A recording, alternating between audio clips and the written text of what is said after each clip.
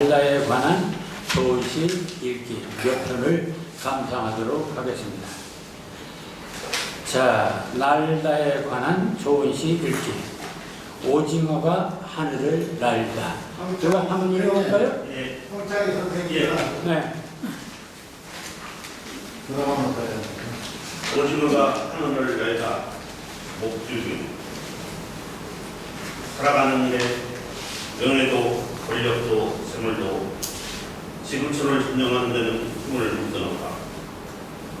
기생충이 지구촌을 흔들고 미나리가 세계에 씹어지더니 오징어 게임을 하며 사람들이 목줄입니다.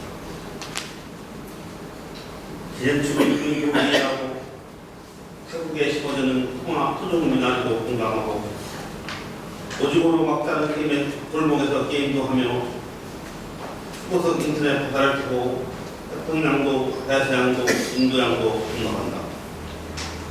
국가대표 오징어가 게임을 하며 하늘을 난다. 드랍스차 해보려며 대한민국이 하늘을 난다. 네, 좋습니다. 네, 날다에 관한 좋은 시 읽기라 했습니다. 여러분들 날다에 관한 시 쓰기 힘들었나요? 뭐 그렇게 힘들 게 없죠. 이런 겁니다. 우리가 인간이 태어나서 최초의 욕망은 무엇일까요? 걷기죠. 걷다. 그 다음에는 더 발전되면 뛰다. 그 다음에 나중에는 뭐예요? 날다. 다시 말하면 지상의 한계는 걷다, 뛰다로 끝납니다. 그러나 우리는 걷다, 뛰다로 끝날 수가 없죠. 그래서 우리는 그 걷다, 뛰다의 지상의 영역을 벗어나고 싶어요. 날고 싶어요. 이 몸이 새라면 그래서 그런 그 얘기를 하죠. 난다고 하는 것은 이 지상을 초월하는 것이기도 합니다. 자, 그런 점에서 날다라고 하는 의미는 대단히 철학적 의미가 있고 종교적 의미가 있고 심오한 의미가 있습니다. 그런 점에서 우리는 이 날다라고 하는 중요한 사인, 기표의 기의를 우리는 넓게 생각할 필요가 있습니다. 사실 우리는 누구나 다 하늘을 날고 싶죠. 물론 그건 구원의 세계고 축복의 세계고 좀 천국의 세계고 초월의 세계고 신선의 세계고 판타지의 세계입니다. 그럼에도 불구하고 우리는 그것을 꿈꾸고 있어요. 자, 이런 생각들을 하면서 날다에 관한 좋은 시 몇 번을 생각해 봅니다. 이 제목이 오징어가 하늘을 날다. 나 처음에 뭔 소리가 했더니 오징어만 나오는 게 아니라 미나리도 나오고 기생충도 나와요. 공통점이 뭐예요? 세계적으로 우리나라 알린 거. 네, 우리나라를 빛낸 영화 제목들입니다. 아니에요? 자, 읽어보니까 바로 그 얘기입니다. 이 사람이 생각한 것은 우리나라의 예술이 전 세계를 날다. 이런 생각을 해서 오징어가 하늘을 날다. 이렇게 했습니다. 오징어는 영화 제목입니다. 오징어 게임이죠.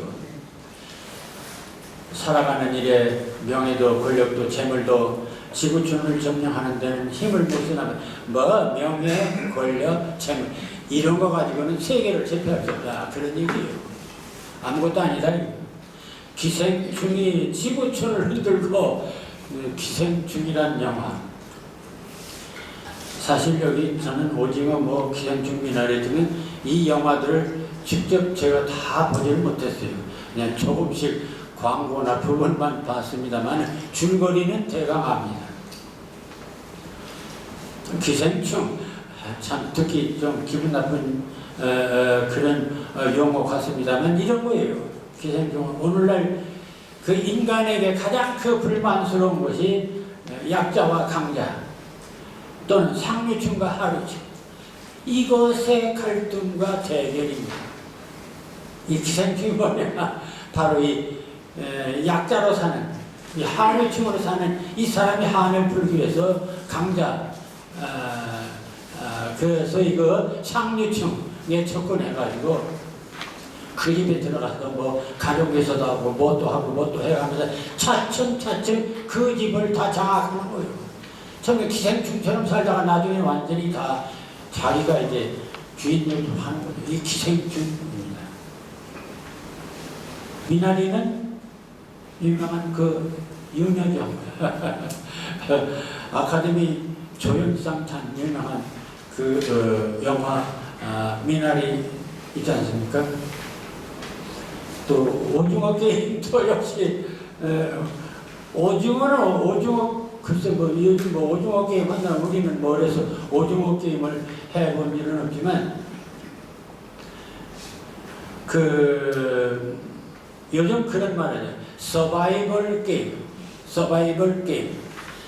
그러니까 막대한 상금을 놔두고 서로 싸우면서 수만 명, 수십 명이 서로 싸우고 한 놈씩 죽여가면서 마지막 승자가 그 독차지하는 게 오징어 게임입니다. 오늘날 사회가 그렇다는 얘기죠.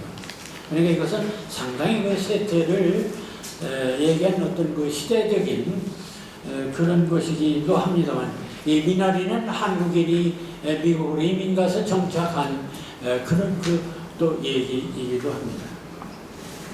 그러니까 그런 얘기를 이해하면은 이 시는 간단합니다. 자, 기생충이 지구촌을 흔들고 미나리가 세게 심어지더니 오징어 게임을 하며 사람들이 웃고 있다.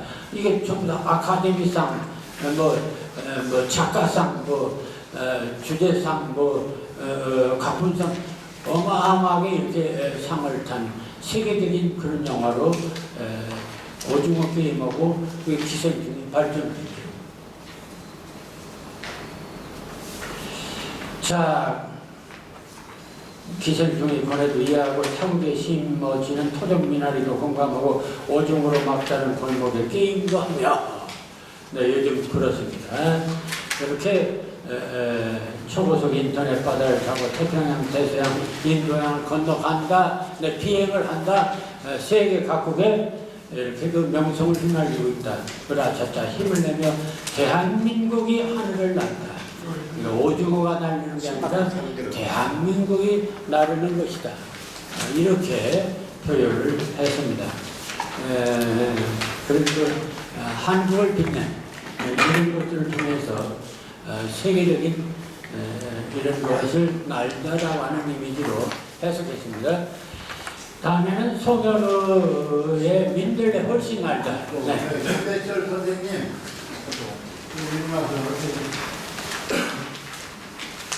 민들레 훨씬 날다. 송현우.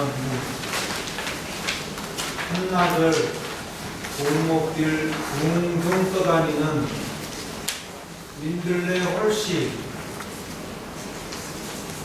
명주실 목숨이 가을 바람에 하늘을 거는다. 술을 달고 열기구 같이 떠오른다. 돌 틈새 쪽잠 자던 노숙의 삶이여, 소곡을 밟고 마음껏 날아라. 발 닿는 곳이 내 설 땅이다. 무겁게 날아오르는 무리들, 일제히 숨겨둔 날개를 꺼내 마침내 떠나는 방랑의 길. 잠깐 꽃으로 피었던 몸이 바람보다 가볍다. 네. 이 시는 그 민들레 펄씨가 이제 다 연글어가지고 꽃이 피고 연글어서 이제 나중에는 하늘을 막 날아다니는 낙하산처럼, 그러한 사실을, 그러한 실제 사실을 좀 더 시적으로 한번 써보자 해서 쓴 것입니다. 한나절 골목길 둥둥 떠다니는 민들레 펄씨. 명주실 목숨이 가을바람에 하늘거린다. 나약한 민들레 헐씨의 모습을 명주실 목숨이라 했습니다. 추를 달고 열기구 같이 떠오른다. 마치 열기구 같다. 그런 얘기죠. 돌 틈새 쪽잠 자던 노숙이 살며 민들레가 처음에는 그렇게 비좁은 데 살았겠죠. 그러다가 허공을 밟고 마음껏 날아라 발 닿는 곳이 내 설 땅이다. 무한한 자유. 우옇게 날아오르는 무리들, 일제히 숨겨둔 날개를 꺼내 마침내 떠나는 방랑의 길. 그 속에서 무한한 자유를 누리는 민들레 헐씨의 모습. 잠깐 꽃으로 피었던 눈이 바람보다 가볍다. 우리도 그런 가벼운 삶을 꿈꿀 수 있죠. 어쨌든 이 민들레 헐씨 잔잔하게 사실적이면서도 시적으로 상당히 이렇게 재밌게 썼다 이렇게 봐야겠죠. 다음에는 잠자리 날다, 실잠자리 날다, 권다국의 실잠자리 날다. 한번 또 이혜경 선생님, 이혜경 선생님은 실잠자리 날다.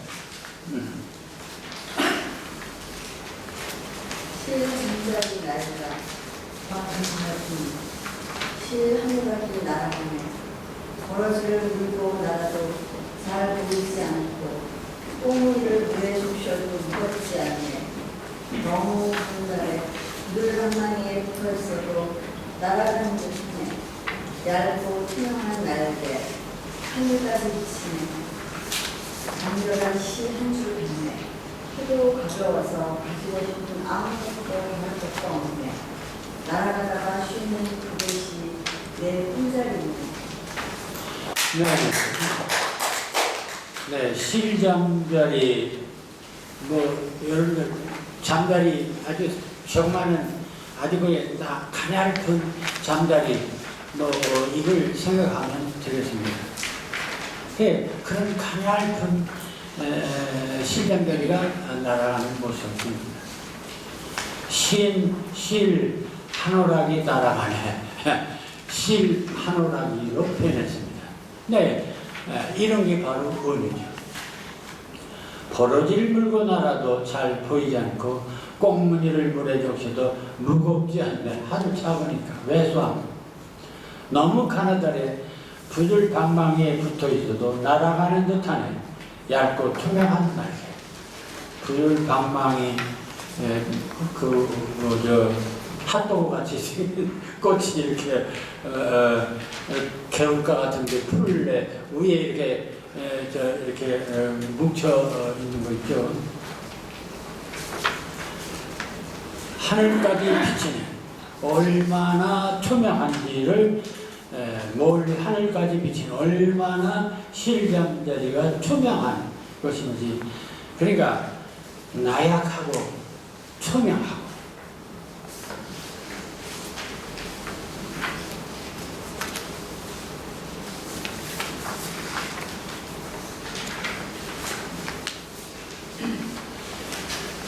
간결한 시 한 줄 같네. 이것도 재밌죠. 근데 딱 그렇게 이제 실잠자리를 얘기해놓고 마치 뭐와 같으냐?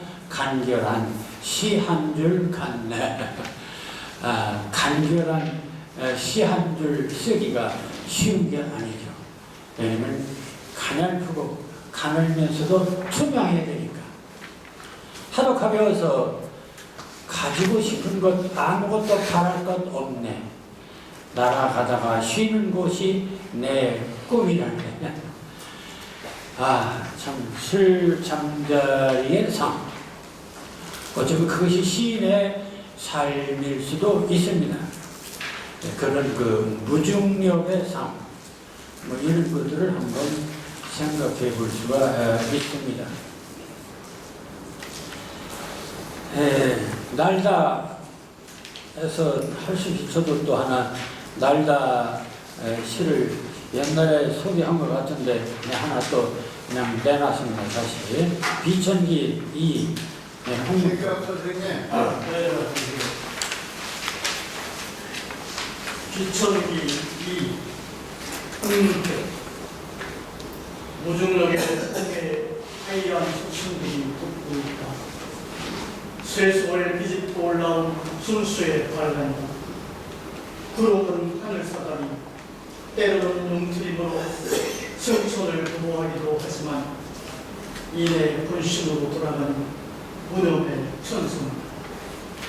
내해로 가면서 바다는 총에서이다. 안갈색이다.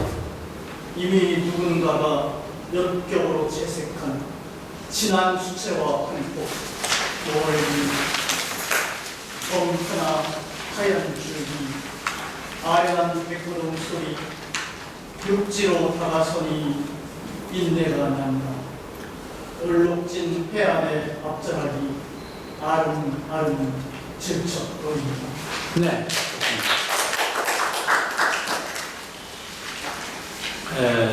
제일 앞에 그 오징어가 하늘을 날다. 네, 그것은 뭐 하늘 위에 정말 떠서 비상하는 그런 세계적인 명성의 이미지를 오징어가 하늘을 날다 하십니다. 근데 두 번째, 세 번째는 그 곤충들의 날아가는 모습을 이렇게 시적으로 좀 표현을 했습니다. 근데 나는 그런 그 날다의 개념을 그런 제3자적인 입장이 아니고 내가 하늘을 직접 날아보는 소감을 써보고 싶었던 것입니다. 여러분들 일찍이 유명한 그 이상의 시 중에 오감도라는 게 있습니다. 가마귀 오자 그리고 볼감. 가마귀가 하늘에서 지상을 내려다보면서 그런 오감도입니다. 근데 그가 본 세상은 첫째 아이도 무서워하고 둘째 아이도 무서워, 열셋째 아이도 모두가 무서워하는 아이들의 모습을 오감도에서 제일 먼저 쓰고 있습니다. 그게 바로 오감도의 출발입니다. 그러니까 내가 하늘을 나르면서 이 지상을 봤을 때 어떤 느낌일까? 그게 진짜 크게 날다 아닐까? 그래서 나는 그런 그 비천기, 하늘을 날아보면서 쓴 것입니다. 인간은 누구나 다 하늘을 날고 싶어 합니다. 근데 이제 문제는 나르면서 지상을 내려다봤을 때, 참 제가 처음에 한번 제주도 비행기 타고 가는데 처음 비행기를 탔어요. 구름이 막 껴가지고 구름 위로 비행기가 가는 거예요. 그런데 밑을 내다보니까 그냥 구름 밑에서 올라오는데 이야 대단한 광경이었습니다. 자, 그래서 무중력의 허공에 하얀 석순들이 덮고 있다. 그 구름이 오르는 것을 하얀 석순, 세속을 비집고 올라온 순수의 반란이다. 너무 깨끗한 세속을 비집고 올라온 순수의 반란이다. 그렇게 구름 기둥을 그렇게 저는 봤습니다. 구름은 하늘 사다리, 때는 용트림으로 생천을 도모하기도 하지만 이내 본심으로 돌아가는 무념의 청산. 그렇다고 구름이 무슨 욕심이 있는 것도 아니에요. 그런데 내해로 가면서 이제 바다 깊숙이 들어갑니다. 바다는 청해색이 깊은 바다, 육지에서 멀리 떨어진 바다는 굉장히 푸르러요. 그런데 육지로 다가갈수록 암갈색이다. 전 다 이게 상징적으로 썼습니다. 이미 누군가가 몇 겹으로 채색한 진한 수채화 한 폭. 보니까 지구는 수채화 한 폭이. 누가 채색을 여러 가지 색깔로 했어. 멀리 점 하나, 하얀 줄기, 아련한 백구름 소리. 이제 육지로 다가가면서 그런 것을 보게 됩니다. 마지막, 육지로 다가서니 인내가 난다.